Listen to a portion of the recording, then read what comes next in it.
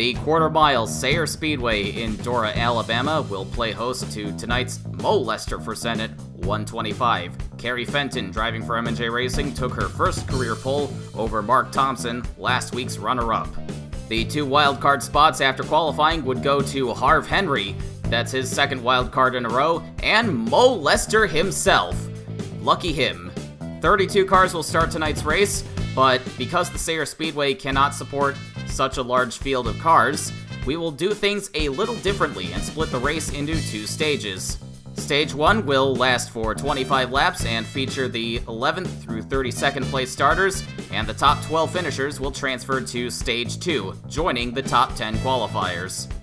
And now we will take you trackside for the highlights of the Mo Lester for Senate 125.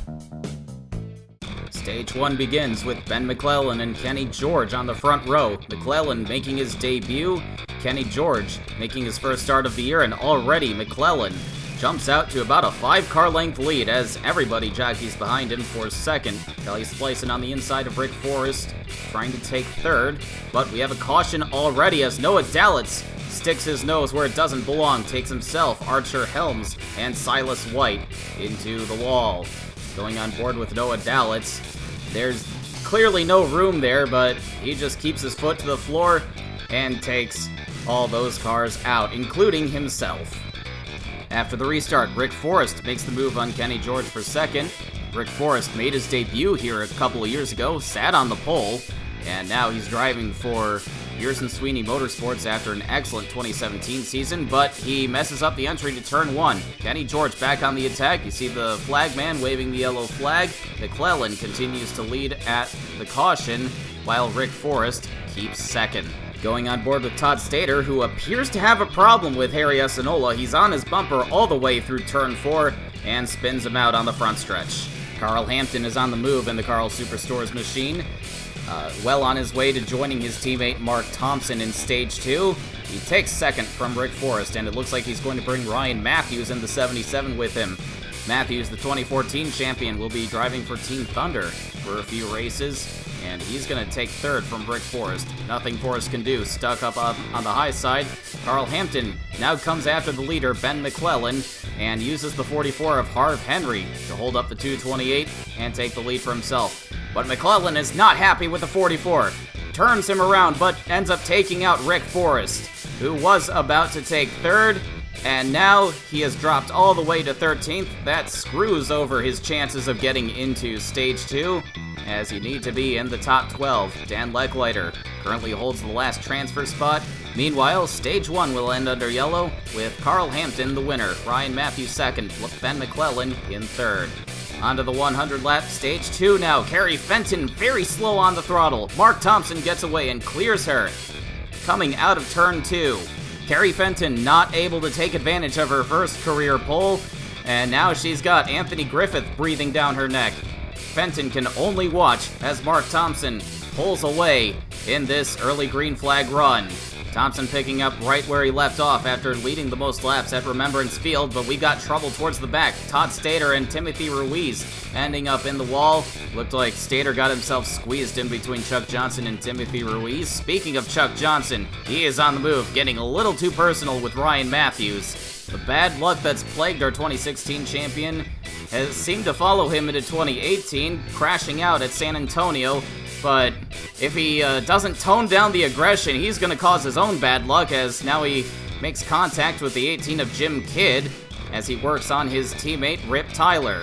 Back up front, Mark Thompson has already put some people a lap down on lap 11. Dan Leckliter and Sergei Yakovsky have fallen behind the rest of the field. There's something going on with those two cars, and soon everybody else is going to encounter the lappers. Joshua Pacer in the 86 moves up into second, but then runs wide into turn 3. Carrie Fenton trying to take that spot back. Packer Carroll in the mix now, not giving Pacer the opportunity to move back to the inside. Anthony Griffith trails behind this battle, working on Dan Leckliter, but we've got our first caution of Stage 2. Carrie Fenton comes across the line second. Packer Carroll just noses out Pacer for third. And it's going to be Jim Kidd roughing up the 42 of defending champion Billy Ray Smith-Thompson, who slides across the track and up into the wall with nobody else hitting him. While Sergei Yakovsky and Dan Lechliter have been off the pace, it is Kelly Splicen who is currently running last. She had to pit for a cut tire earlier in that run and is 2 laps down. Mark Thompson continues to lead after the restart, but Harry S. Enola, who he put a lap down just prior to the caution, is giving him a hard time. Enola's showing us exactly why he advanced to stage 2 despite his earlier spin, and is wrestling with the 98 to get his lap back. This fight is obviously slowing Mark Thompson down, but you see that Kerry Fenton is not able to gain much of an advantage from this. Further back in the field, contact between Ben McClellan and Monica Rook is going to put the purple 22 into the wall. Monica Rook qualified 6th, but she has dropped back to 14th as of now. Sergei Yakovsky gets shoved up the track, and that is 4 wide with Carl Hampton, Anthony Griffith, and Kenny George, and they somehow don't wad it up out of turn 2.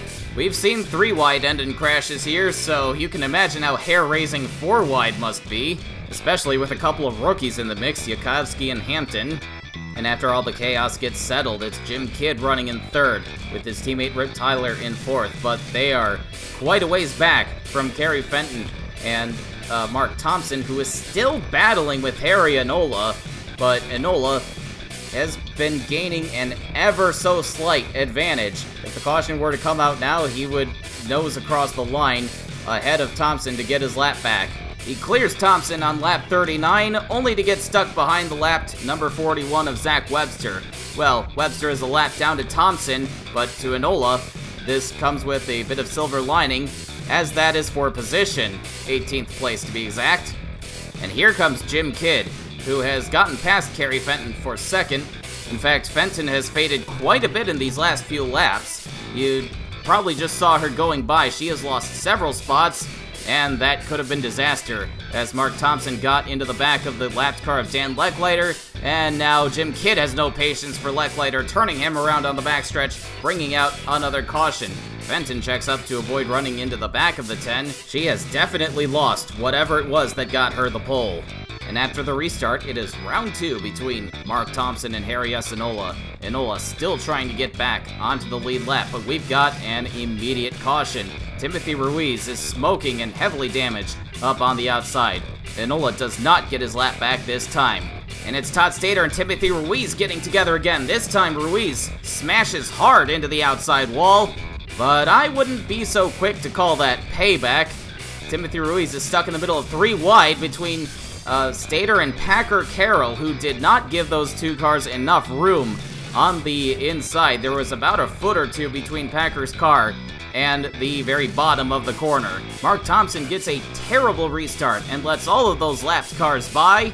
Enola must be relieved that he doesn't have to fight him so hard this time. Zach Webster gets back on the lead lap as well, and now Thompson is wrestling with the 10 of Dan Lechliter. Jim Kidd now finds himself in the clutches of Joshua Pacer. For a second, Pacer takes the position quite easily, moves himself back up into 2nd, but now he sets his sights on the leader, Mark Thompson. Thompson appears to have burned off his stuff, as Pacer is catching him quite easily, and Thompson is missing the apex of the corners. The track surface and Sayre Speedway itself has definitely seen better days, and that appears to be chewing up these tires. Pacer has managed his tires so much better than Thompson and has no problem taking the lead on lap 67. We all thought Thompson was on his way to dominating this race, but he was pushing a little too hard for his own good, possibly as a result of battling with the 2 of Harry Enola for so long. And now Thompson is going to lose 2nd to Jim Kidd, looking for his 2nd win in a row here at Sayre Speedway. But we've got another caution to deal with. Carl Hampton has worked his way up to 6th after winning stage 1, but he gets into the back of Kelly Splicen. Gets taken into the wall by Rip Tyler, sweeping up Donnie Ashcroft and Ryan Matthews as well. A small pileup in turn 3 is going to set Carl Hampton back several positions. Enola has gotten himself back onto the lead lap, but for some reason he has been told to line up in the lap down lane for the restart. It appears that Prolapse timing and scoring has Enola still a lap down for some reason, but the Pearson-Sweeney team is remaining silent on the radio, not wanting to protest a bunch of free positions, and the race restarts before race control notices what has happened. And just like that, Harry Enola is back up into 8th. No penalty will be assessed to the 2 team because this was FARC's blunder, not theirs. Jim Kidd still hanging on to 2nd, but Joshua Pacer is increasing the gap between himself and everybody else. Zach Webster in the 41, still running a lap down. Chuck Johnson has climbed all the way up to 4th after finishing in the second to last transfer spot in Stage 1 and starting 21st, but now he's got his hands full with Ben McClellan having an excellent debut. McClellan has worked his way up to the front a little bit more quietly than Chuck Johnson, and behind them we see some conflict between the teammates Anthony Griffith and Ryan Matthews, 2 veterans of the sport who really ought to know better, but they're able to recover quite nicely. In fact, Griffith makes the move on Chuck Johnson to take 5th from him, and now he gets by McClellan for 4th. Ryan Matthews following suit. They've got the lapped car of Kelly Splicin in front of them. Matthews puts the bumper to Griffith again. But now we've got another caution with 16 laps to go. There's nothing like a well-timed caution to defuse what could have turned into a very ugly post-race meeting at Team Thunder. And the caution is for a repeat of what we saw earlier in the race. Dan Lecklighter getting turned around by a Power Surge America car. This time it's Rip Tyler in the 16. 10 laps to go now. No lapped cars on the inside to interfere with the battle for the lead, but it's not much of a battle as Joshua Pacer pulls away from Jim Kidd once again. Mark Thompson remains in 3rd, putting the bumper to the lapped car of Zach Webster. He's definitely feeling the pressure to get back up there and not let another race slip away, but we've got another caution. Todd Stater spears Donnie Ashcroft in the door on his way into the pit lane. Todd Stater's been in and out of the pits all night, and he just wasn't paying attention, or just didn't care. It takes a lot to get penalized for rough driving in this series, but Stater has earned himself a trip to the hauler for that, so we just might see one. 3 laps to go. Joshua Pacer looking at his 2nd career win. He won at Albuquerque in 2016, but came back to that track the following year and drove himself into the pit wall. He's definitely on his way to redemption in the number 86 Ike Durbin machine, which failed to qualify with Grant Carson's at San Antonio last week. Behind him, Mark Thompson makes the move on Jim Kidd for 2nd. He's got just a little bit left, but it's not going to be enough as Joshua Pacer takes the win in the Mo Lester for Senate 125. Mark Thompson once again finds a way to come up short, but with the start he's had, it's likely we'll see him in victory lane soon enough. Ben McClellan had an excellent debut, finishing 7th. Carrie Fenton, the pole sitter, well, wished for a much better day, but she fell way off the pace and could only manage 11th. Kelly Splicin and Kenny George had mechanical failures shortly before the end of the race, but Todd Stater would receive a 25-point penalty for taking out Donnie Ashcroft on his way into the pits, and comes home with -1 point. And bringing up the rear of the 32 car field would be Silas White and Archer Helms, the first 2 casualties of Stage 1. Looking at the point standings now, Mark Thompson has increased his lead to 45 points over Jim Kidd. Anthony Griffith runs 3rd in a great return to Team Thunder so far, and our 2 race winners so far, Joshua Pacer and Kurt Walker, are tied for 4th. And we have a lot of ties looking at the rest of the top 30. But of course, as the season goes on, those will sort themselves out.